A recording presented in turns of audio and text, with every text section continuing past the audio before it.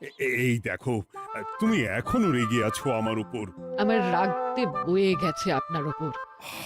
তুমি কিছুতেই বুঝছো না, খরচ বাড়ছে। আয় না বাড়লে চলবে কি করে রাজ্য? বিদেশে আমাকে যেতেই হবে। সব বুঝেছি, সব বুঝেছি। আপনার আমাকে অসহ্য লাগছে, তাই আপনি বিদেশে যাচ্ছেন, তাই তো? তুমি আমায় ভুল বুঝছো। রাজ্য চালাতে অর্থের প্রয়োজন আছে। কেন এতদিন রাজ্য বুঝি চলছিল না?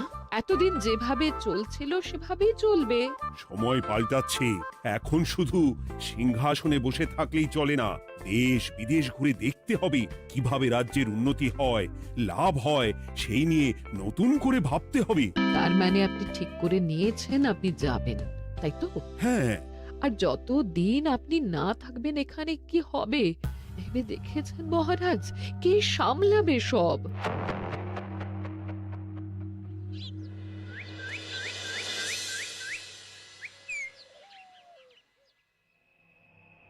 চিঠি?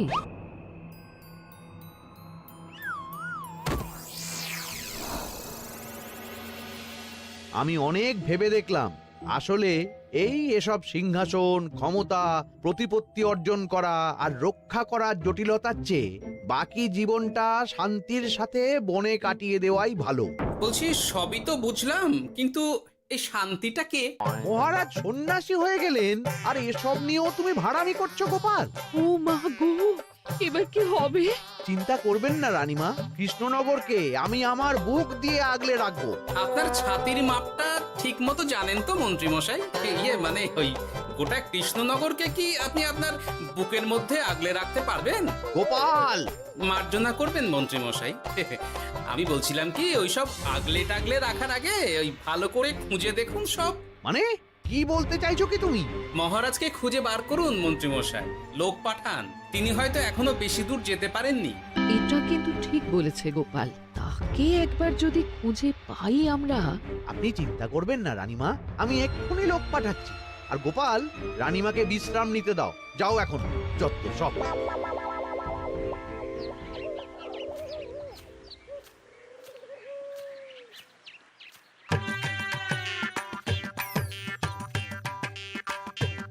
কই গো, গেলে কই? এক ঘটি জল দাও দেখি। ওই জলই খেতে হবে, শুধু জল। ঘরে এক দানাও চাল নেই। বাজারে না গেলে আজ হরি মটর। রাজ্যে রাজা নেই আর তুমি ঘরে চাল নেই বলে চিল্লামিল্লি করছো। চত্ব সব। ও মা গো, মহারাজ রাজ্যে নেই তো গেলেন কই? হ্যাঁ, বনবাসে। সে কি গো, এবার কি হবে তাহলে? কপালে যা লেখা আছে তাই হবে, আর কি। এই তোমার চাকরিখানা থাকবে তো? হ্যাঁ, না থাকলে বাটি হাতে বেরোবো, চিন্তা কি?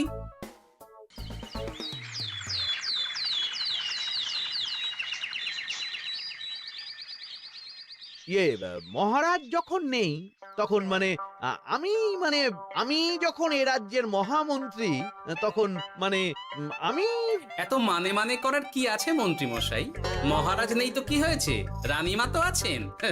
আমরা তার কথা মতোই চলবো। গোপাল একদম উচিত কথা বলেছে। হ্যাঁ হ্যাঁ, আমিও তো তাই বলছিলাম। মহারাজ যখন নেই তখন রানীমার নির্দেশ মতোই তো আমাদের সামলাতে হবে সব।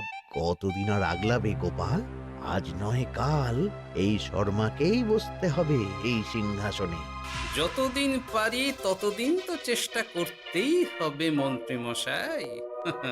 আপনি যদি চলেন ডালে ডালে, আমি চলি পাতায় পাতায়।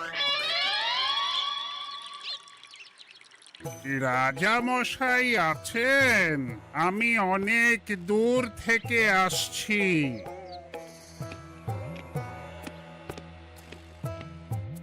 মন্ত্রীমশাই, একজন সাধু এসেছেন রাজামশাইয়ের সঙ্গে দেখা করতে। বলছেন অনেক দূর থেকে এসেছেন। জানো না মহারাজ এখন নেই? যাও, চলে যেতে বলো ওকে। মহারাজ নিরুদ্দেশ। এই মুহূর্তে সত্যিই যদি কোনো প্রাজ্ঞ সাধু বাবা রাজবাড়িতে তার পায়ের ধুলো দেয়, বলা তো যায় না যদি মহারাজের হদিস তিনি দিতে পারেন। ঠিক ঠিক, একদম ঠিক বলছেন পণ্ডিত মশাই। বেশ বেশ, ডেকে আনো তাকে, দেখি সে কি বলে। মহারাজ, আমার প্রণাম নেবেন। উনি মহারাজ নয়, উনি মন্ত্রী। আসুন সাধু বাবা, আসুন, আসন গ্রহণ করুন।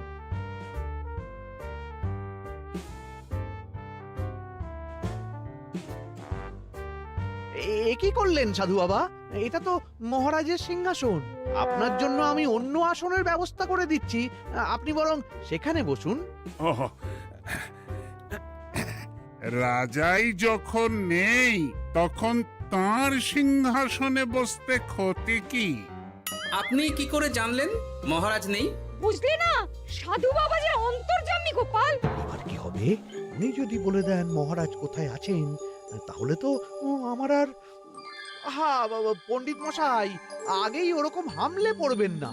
আচ্ছা, আপনি যদি অন্তর্যামী হন, বলুন তো আমাদের রাজা মশাই কোথায় গেছেন? জবর জটা কালো চুলে দেনামা অতীত বলেন। বুম! মহারাজ বনবাসে গেছেন। এটা যখন বলেছেন সাধু বাবা, তাহলে মহারাজ এখন কোথায় আছেন সেটাও নিশ্চয়ই আপনি বলে দিতে পারবেন। গোপাল, সব বিষয়ে নাক গলিও না তো তুমি।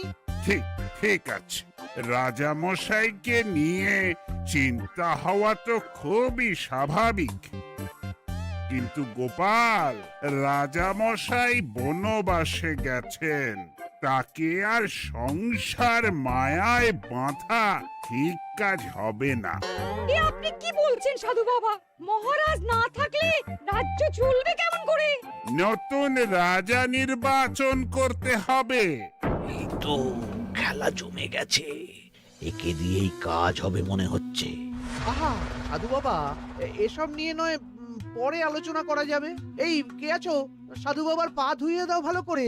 না, বিষয়টা ঠিক সুবিধের মনে হচ্ছে না। আহা মন্ত্রী, করেছ কি? আমি সাধু মানুষ, এত খেতে পারি কি? ও বললে হবে না সাধু বাবা, আপনার জন্য নিজে দাঁড়িয়ে থেকে মহারাজের খাস হালুই করকে দিয়ে রাঁধিয়েছি সব। দেখুন না একটু, অমৃত অমৃত। বেশ বেশ, এত করে বলছো যখন, বাহ বাহ, চমৎকার চমৎকার। আমি জানি তো যে এমন খাবার আপনি আগে কখনো খাননি। তা বটে বটে, ভেবেছিলাম কটা দিন বিশ্রাম নিয়ে চলে যাব।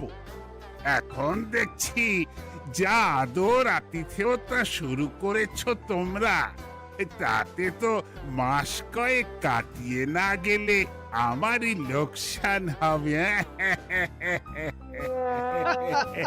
থাকুন না, থাকুন, যতদিন ইচ্ছা থাকুন। আমার ইচ্ছা অনুযায়ী সব চললে তো ওই গোপালের জায়গায় আপনাকেই সবার মহারথী করে রেখে দিতাম চিরকাল। এসব কি বলছো মন্ত্রী? কেন, পরিকল্পনাটা মন্দ নাকি? আমি হব এই রাজ্যের নতুন রাজা, আর আপনি হবেন আমার রাজসভার প্রধান মহারথী। বটে, কাজটা খুব একটা কঠিন না।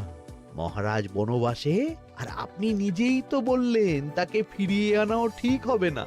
তাহলে তা বলেছি, কিন্তু বাকি অন্যান্য সভাসদেরা আছে, তারা তো। আরে ছাড়ুন তো ওদের কথা। আকাশে হাত ছড়িয়ে আর একবার মন্ত্র পড়ে নেবেন, বলবেন এই রাজ্যের রাজা হওয়ার ক্ষমতা একমাত্র আমার মধ্যেই আছে। ব্যাস, সবাই মানতে বাধ্য। তারপর আমার একটা হিল্লে হয়ে গেলে আপনারটার ব্যবস্থাও আমি করে দেব, বুঝলেন? বুঝলাম, একেবারে জলের মতো পরিষ্কার। ব্যাস, কালই তাহলে কাজ শুরু করে দিন। বেশি দেরি করে তো লাভ নেই। বলা তো যায় না, মহারাজের যদি রানীমার জন্য মন কেমন করে, রাজ্যে ফিরে আসে, ওসব হওয়ার আগেই সেরে ফেলতে হবে সব কাজ। রাজা হওয়ার খুব তাড়া দেখছি তোমার মন্ত্রী। ওপরে ওঠার ইচ্ছা কার না থাকে বলুন তো সাধু বাবা? আর মাত্র কটা দিনের অপেক্ষা, ব্যাস, তারপরেই এই সিংহাসনের মালিক হব আমি। কৃষ্ণনগরের নতুন রাজা হব আমি। সমস্ত ধন দৌলত থাকবে আমার এই হাতের মুঠোয়। কি অত ভাবছেন মন্ত্রী মশাই একা একা? মানে কি ভাবছি তার কৈফিয়ত তো তোমায় দিতে হবে, হ্যাঁ? হিমা ছি ছি ছি আপনি কেন কৈফিয়ত দেবেন? আপনার মুখ দেখলেই তো বোঝা যাচ্ছে যে আপনি কি ভাবছেন। তাই বুঝি? তা বলো দেখি কি ভাবছি আমি। আপনি ভাবছেন ওই কৃষ্ণনগরের সিংহাসনের কথা। শুনে ফেললো নাকি সব? আপনি ভাবছেন আমাদের মহারাজের কথা, তাকে কিভাবে ফিরিয়ে আনা যায় সেই কথা, তাই না? মহারাজকে যে আর ফিরিয়ে আনা যাবে না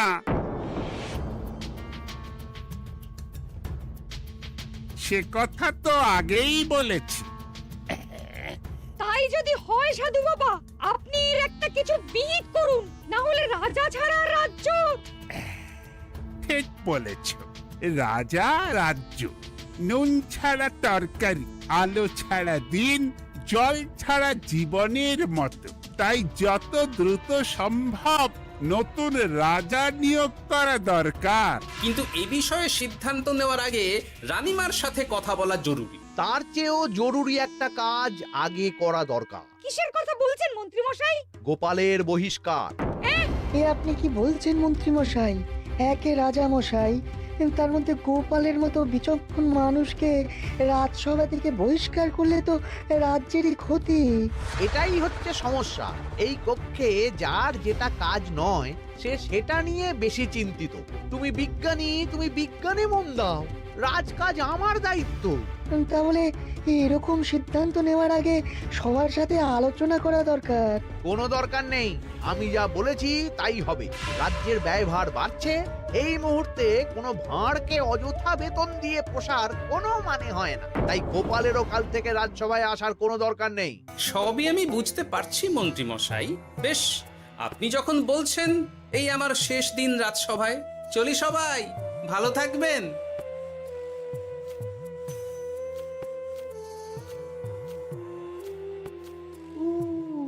এত সহজে যে বেটা মাঠের বাইরে চলে যাবে বুঝতেই পারিনি আগে।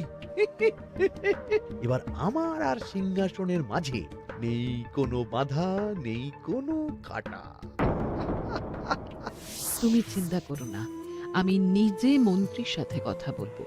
না না রানীমা, সেসবের দরকার নেই। মহারাজ ছাড়া রাজবাড়ি শূন্য শূন্য লাগে, আমারও মন লাগছে না এখানে। বেশ, যা ভালো বোঝো তাই করো, তবে ডাকলে এসো কিন্তু। হ্যাঁ রানীমা, নিশ্চয়ই আসবো। এখন আমি চলি।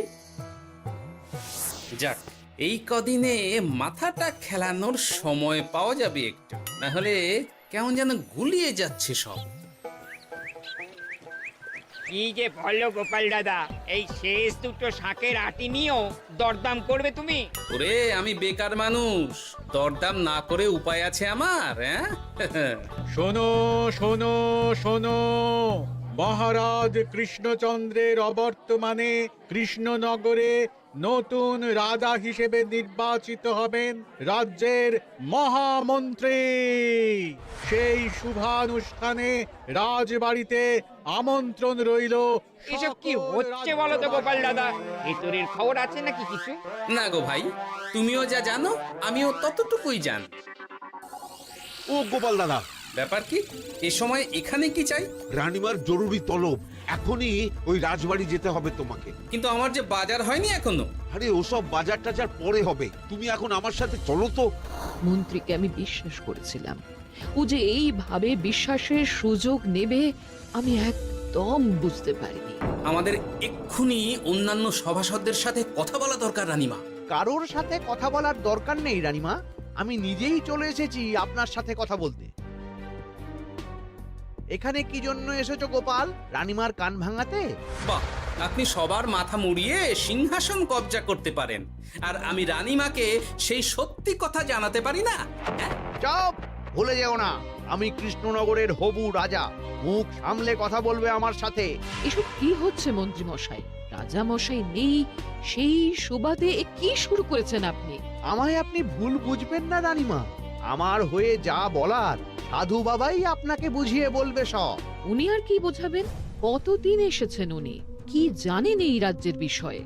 সাধনা মা, সবই সাধনা। সাধনার জোর থাকলে সবকিছুই জানা যায়। ভূত ভবিষ্যৎ অতীত সব। সেই জোর থেকেই বলছি মা, মন্ত্রীর কপালে আমি জ্যোতি দেখতে পাচ্ছি। মন্ত্রী যদি রাজ্যের রাজা হয়, এ রাজ্যের উন্নতি কেউ ঠেকিয়ে রাখতে পারবে না। আপনাদের একটা কথাও বিশ্বাস করি না আমি, এসব আপনাদের ষড়যন্ত্র। এ আপনি ভুল করছেন রানীমা। যা হোক, যে কথা আমি বলতে এসেছি, রাজা যখন আমি হচ্ছি তখন তো আমাকে এই প্রাসাদেই থাকতে হবে, ফলে আমার স্ত্রীকেও এখানে এসেই থাকতে হবে। সে তো আর একা থাকতে পারবে না। তাই আপনি যদি এই ঘরটা ছেড়ে দিতেন। কিন্তু মন্ত্রীমশাই, তুমি কি বলছো মন্ত্রী? এখানে না থাকলে রানীমা থাকবেন কোথায়? আর আমি তো এমন কোন বিধান দিইনি যে রানীমাকে অন্যত্র পাঠাতে হবে। সবকিছুর জন্য তো আপনার বিধান দরকার নেই সাধু বাবা, এ আমার নিজের বিধান। আমি রাজা হব, আমার স্ত্রী রানী হবে, তারও তো অধিকার আছে রানীর মতো থাকার, রানীর মহলে থাকার। আপনার ব্যবস্থা আমি অন্যত্র করে দেব রানীমা, আপনি কিচ্ছু ভাববেন না। হাজার হোক আপনি আমাদের প্রাক্তন মহারাজের স্ত্রী বলে কথা। কি বলো গোপাল? আমার মনটা আসলে অনেক অনেক বড়, তোমরা খালি দেখতে পাও না সেটা। কাজটা কি আপনি ঠিক করলেন মন্ত্রীমশাই? শোনো গোপাল, আমাকে ঠিক ভুল বোঝাতে এসো না তুমি, বরং কাল সময় মতো চলে এসো। কৃষ্ণনগরের নতুন রাজার রাজ্যাভিষেকের জন্য মহাভোজের আয়োজন হবে। যতদিন পাচ্ছ খেয়ে নাও পেট ভরে।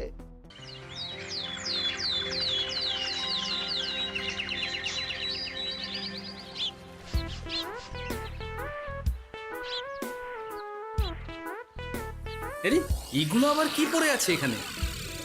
কি এ তো মহারাজের পোশাক, এখানে এসব কি করে এলো? তাহলে কি মহারাজ?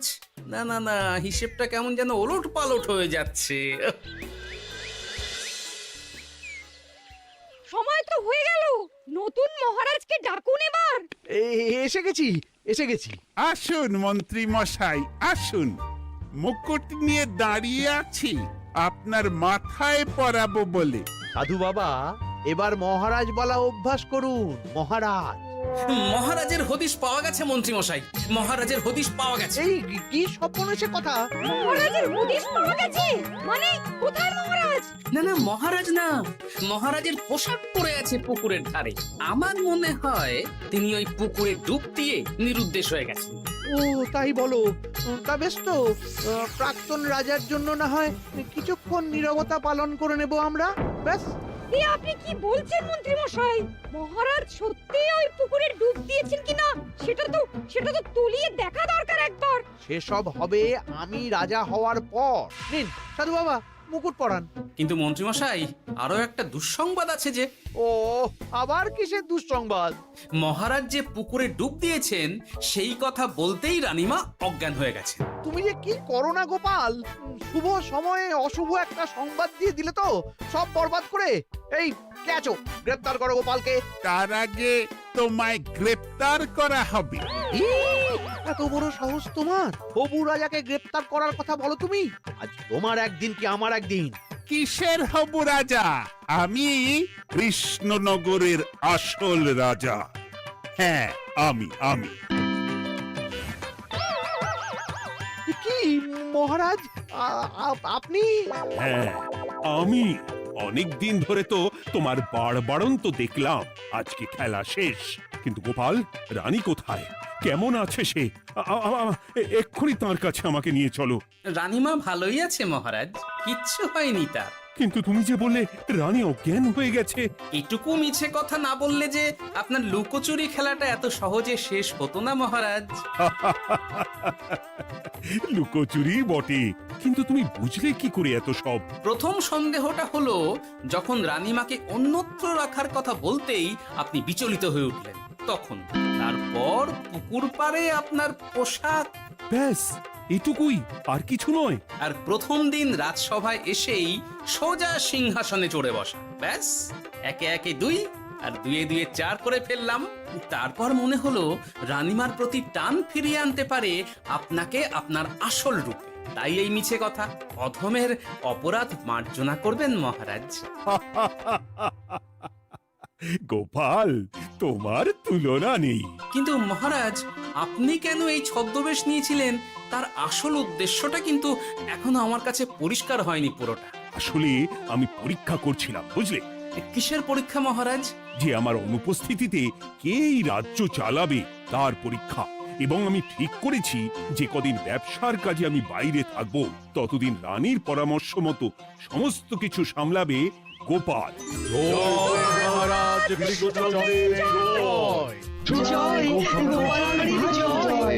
আর আমি মহারাজ? তুমি থাকবে পেয়াদা। এ কি শুধু জল আর ভাত? আগেই বলেছিলাম বেশি বেরো না, বেরো না, রাজা হবেন। এখন খাও খাও, জল ভাত খাও। চেষ্টায় তুমিও আমাকে ভুল বুঝলে গিন্নি।